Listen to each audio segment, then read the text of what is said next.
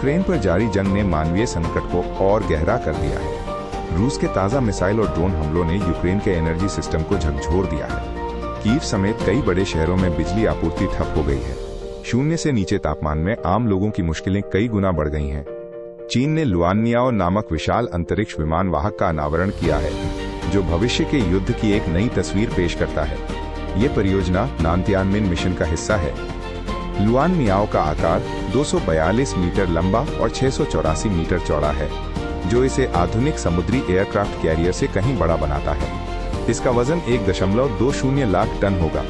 Netflix India ने 3 फरवरी 2026 को मुंबई में एक भव्य इवेंट में अपनी नई फिल्मों और वेब सीरीज का ऐलान किया है। ये शाम खास हस्तियों से भरी रही। इस इवेंट में माधुरी दीक्षित, सैफ अली खान, मनोज बाजपेयी और अन्य सितारों ने शिरकत की। नेटफ्लिक्स ने 2026 के लिए 29 नए टाइटल्स की घोषणा की है। भारत और अमेरिका के संबंध एक बार फिर निर्णायक मोड़ पर हैं। विदेश मंत्री डॉक्टर एस जयशंकर ने 4 फरवरी को अपनी अमेरिकी यात्रा शुरू की। जयशंकर ने अमेरिकी ट्रेजरी सेक्रेटरी स्कॉट बेसेंट और विदेश मंत्री मार्को रूबियो से अहम बैठकें की। ये बैठकें भारत अमेरिका संबंधों को नई दिशा देने के लिए महत्वपूर्ण हैं। भारत और अमेरिका के बीच नए व्यापार समझौते को केंद्रीय मंत्री पीयूष गोयल ने भारत के लिए सबसे बेहतर डील बताया है। यह समझौता लंबे समय से प्रतीक्षित था। पीयूष गोयल ने कहा कि इस डील से भारत को पड़ोसी देशों की तुलना में अधिक लाभ मिला है। ये समझौता प्रधानमंत्री मोदी के नेतृत्व में देर रात तक चली बातचीत के बाद तय हुआ है। दिल्ली में महंगाई के बीच राहत की खबर आई है।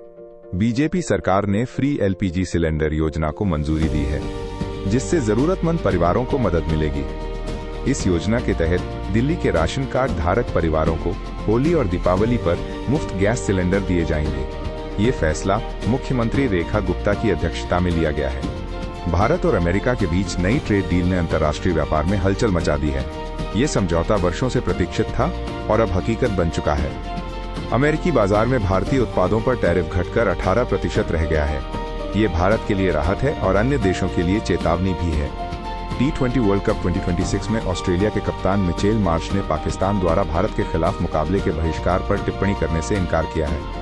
मार्श ने कहा कि उनकी टीम का पूरा ध्यान टूर्नामेंट में प्रदर्शन पर है और वे बाहरी विवादों में नहीं पड़ना चाहते हैं।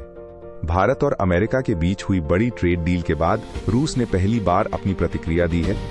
क्रेमलिन ने कहा कि भारत ने रूसी तेल की खरीद रोकने का कोई संकेत नहीं दिया है। रूस के प्रवक्ता दिमित्री पेस्कोव ने स्पष्ट किया है कि भारत की ऊर्जा नीति में कोई बड़ा बदलाव नहीं होगा। भारत और रूस के बीच संवाद पूरी तरह स्पष्ट है। T20 वर्ल्ड कप 2026 भारत और श्रीलंका की मेजबानी में खेला जाएगा, जिसमें पहली बार 20 टीमें खिताब के लिए मैदान में उतरेंगी। इस टूर्नामेंट में मेजबान देश द्वारा खिताब जीतने का कोई उदाहरण नहीं है। भारत के सामने दोहरी चुनौती है।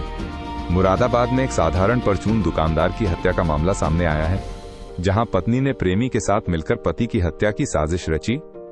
भोजपुर थाना क्षेत्र में मिली युवक की लाश की पहचान अख्तर के रूप में हुई है, जो अपने परिवार का पालन पोषण करता था। देश और दुनिया की खबरें जारी रहेंगी। नए अपडेट्स के लिए अभी न्यूज़ माइंड को सब्सक्राइब करें।